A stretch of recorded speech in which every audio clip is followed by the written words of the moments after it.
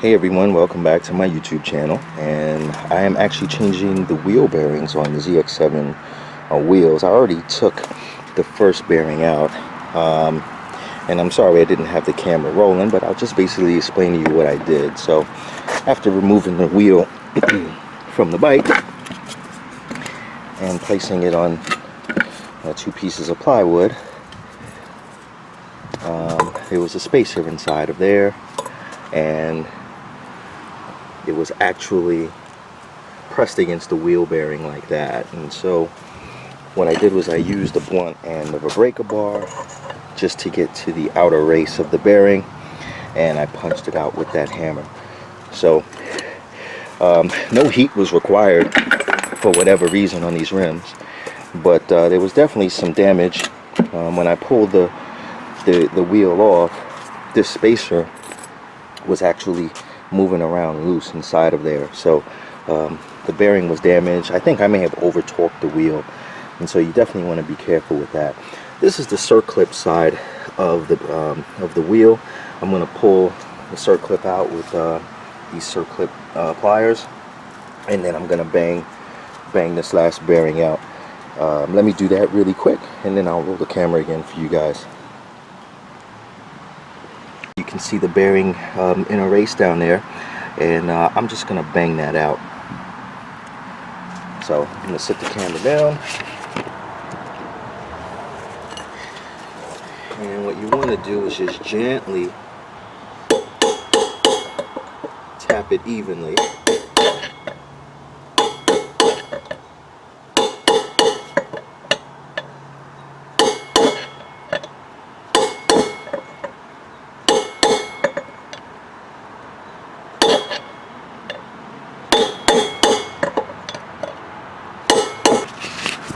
So it's starting to move a little bit,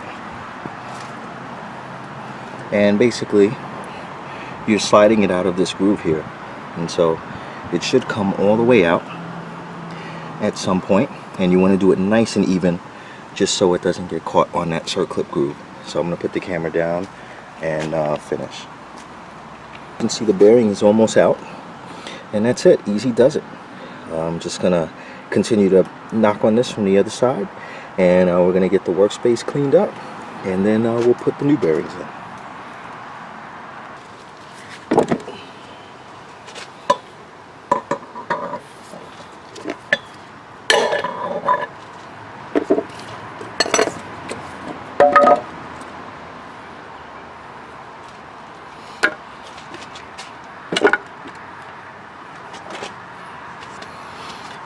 And that's it. That's it. So, nothing too crazy here. Now, very important, what we're going to want to do is we're going to want to clean the area.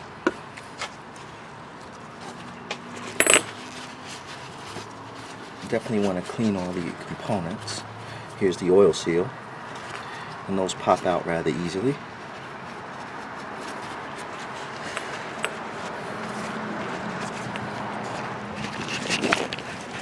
Basically, you want that area to be perfectly clean, because that will determine how hard it is to get the replacement bearing in. So I'm going to use some parts cleaner just to remove all the grime. And let's see, I got some here. So I'm going to go ahead and just spray this out, clean both sides, and clean off the spacer. It's yucky. And actually, if I walk into my lab here, I have the all balls kit for the ZX7, and as you can see, there are 3 bearings. 2 are for the wheel. These are the 2 for the wheel, and this is for the cush ride or the sprocket carrier. And here are the seals. So really easy, and that's pretty much it. So what some guys do, and I didn't do it, But some guys will they'll put their bearings in the freezer to get everything to compress, and it just makes the install a little bit easier. So you know what, I may actually go ahead and do that now. You're supposed to leave them in overnight, and that will usually be enough to shrink, to get them the metal to contract, and then you can knock them in a lot easier. I'm gonna see if I have a hard time. I may just put them in a freezer overnight and then do the job. But for now, I'm gonna go clean up that wheel, and that's it. I'll be right back. Start with the new bearings. I want you to see this. This was the damaged bearing. That inner race, I can easily move it up and down, fore and aft. Let me actually see if I can shoot the camera down and get a better perspective. Can you see that? Yeah, so that's no bueno, no good at all. And what we're going to do is, since I don't have a bearing driver, I am going to find a large enough socket that will allow me to press it in place without damaging the inner race. So not sure what size that is, but it looks pretty big. I'm going to go ahead and see what I can find, and then go ahead with installing the new bearings. Basically what you want to do here is you want to apply grease to the outer race of the bearing, and then we are going to use this 36, this is the 35, we're going to use this 36 to just get it around the outer race and gently tap it into place. So hang tight while I do that, and I'll let you see how it looks when we're done.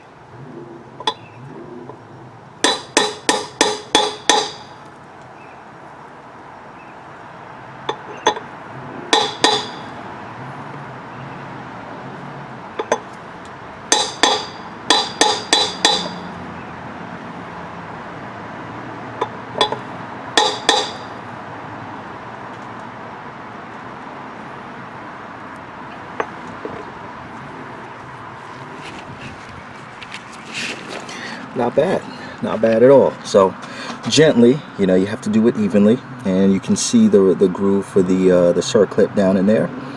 And that's pretty much it. You always want to start, when you do the reinstall or the installation of the new bearings, you always want to start with the circlip side, because you're going to have to use that as for leverage when you bang in the other bearing from the other end. So let me go ahead and install that circlip, and then we'll get to work on the other side. And there's a spacer after cleaning it up. Looks much better than what we started, and so you definitely want that as clean as possible. So I'm going to go ahead and get that done. Hang on one second, guys.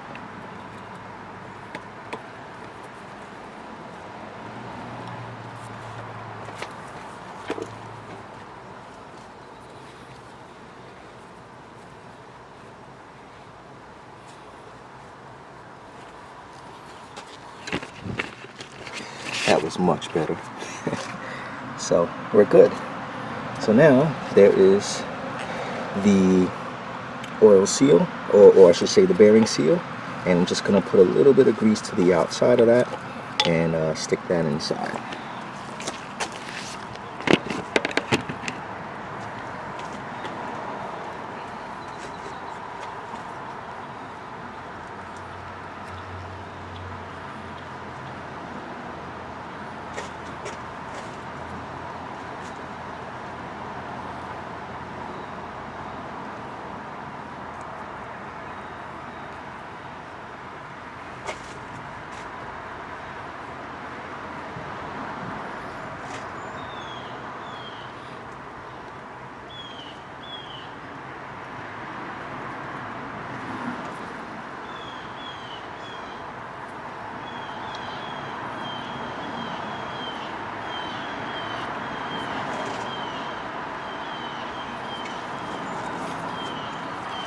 Actually, you don't want to stick it all the way down.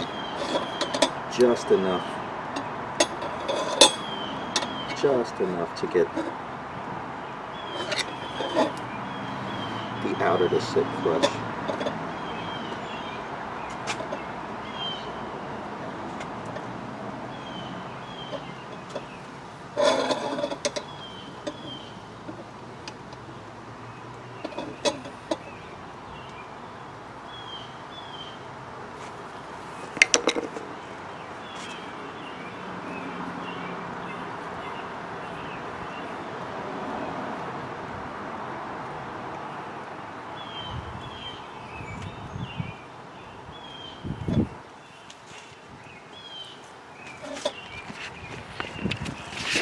There you have it. We did one side.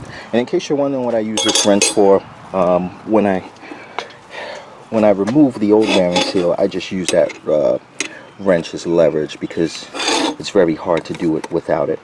So I just used a wrench as leverage and whoop, pop the old one out. And you just want it to sit at the edge there. I had stuck it in a little bit too far just now, so that's what the wrench was for. Nothing special. So that's it. That's how you change a wheel bearing. Really, really easy. I'm going to get started on the other side. I guess you won't need commentary for that. But super, super, super easy. And that's pretty much it. So let me go ahead and get started. And maybe I'll have some concluding remarks when this wheel is done. The other side. And haven't started to bang it down yet. But as you can see, that spacer stands on its own. It actually fits into a slot on the other side, the circlip side, or the snap ring side rather, and that's it. So you want to be gentle when you're banging it in, and when you're banging it in, you want to make very sure that the inner race lines up with that spacer. Otherwise you will not be able to push your axle through, and that will be a mess. And in all honesty, that's how I knew the wheel bearings were damaged. I had trouble putting the axle through, so I knew that inner race was moving. So I'm going to go ahead and gently start to tap this one in place, and I'll show you the finished product in a moment.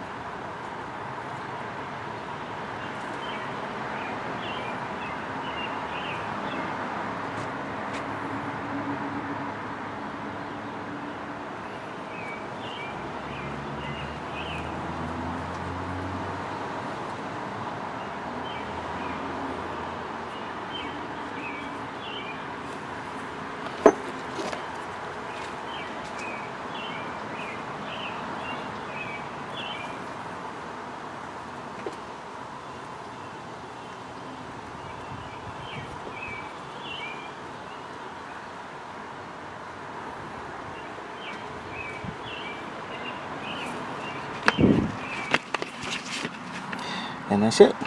So bearing is installed, and now we're just going to clean off the remaining components, and we're going to do the bearing that's in the sprocket carrier. So that's how you change the wheel bearings, and it is the same procedure for the bearing inside of here. You have a seal, you just knock it out, and you put the replacement back in. So that's it. I'm going to end the video here. There are a few other things that I'm going to do with this video, or with the bike, but it won't be part of this video. I'm going to be changing that rear rotor with a wave rotor, and also going to be putting in some titanium brake rotor bolts. And actually, that will probably save about 1.5 pounds of unsprung weight. So every little bit helps, especially when you're dealing with a late model bike such as the ZX7. So that's it for this video. Hope you enjoy what you're watching. If you have any questions, feel free to reach out. And that's pretty much it. I just wanted to actually point out one last thing with the axle here. You know, mine was damaged, so I was able to move that spacer around. But if you're unable to do it, you may be able to get a very long screwdriver in there just to get the piece of the edge of the inner race of the bearing to get it out. And they actually have bearing removal tools where it actually goes in, it expands, clamps onto the inner race of the bearing, and then you can bang it out as one unit. It's a much easier way to do this, and you know, some bearings are a little bit more resistant to come out. So if that's the case on your build, you know, that's definitely something to keep in mind. The tool runs about, I think about the removal tool, I think, is about $75 on Motion Pro's website. So, but really easy job. It's not too complicated, and the bike will ride much nicer. And you know, healthy bad bearings will just it's like a chain event of bad problems, you know, for your bike. So you definitely want your bearings in good order. So that's it for now. Hope you guys enjoyed this content, and got some cool things coming up in the future. I'm actually going to be working on the Ninja H2. I'm going to be putting in the stage 3 supercharger gear, and I've been getting a lot of questions on the blow-off valve. So I'm going to do a quick video showing how I have my blow-off valve installed. I'll be removing the gas tank and just showing you the correct way that your blow-off valve should be routed. So I know a lot of you are looking forward to that. So I will definitely get that video up, if not this week, if not tomorrow on the holiday, hopefully by next weekend, the latest. So for you guys that have been asking me, thank you for being patient. I will get that for you soon. And that's it for now. Take care, guys.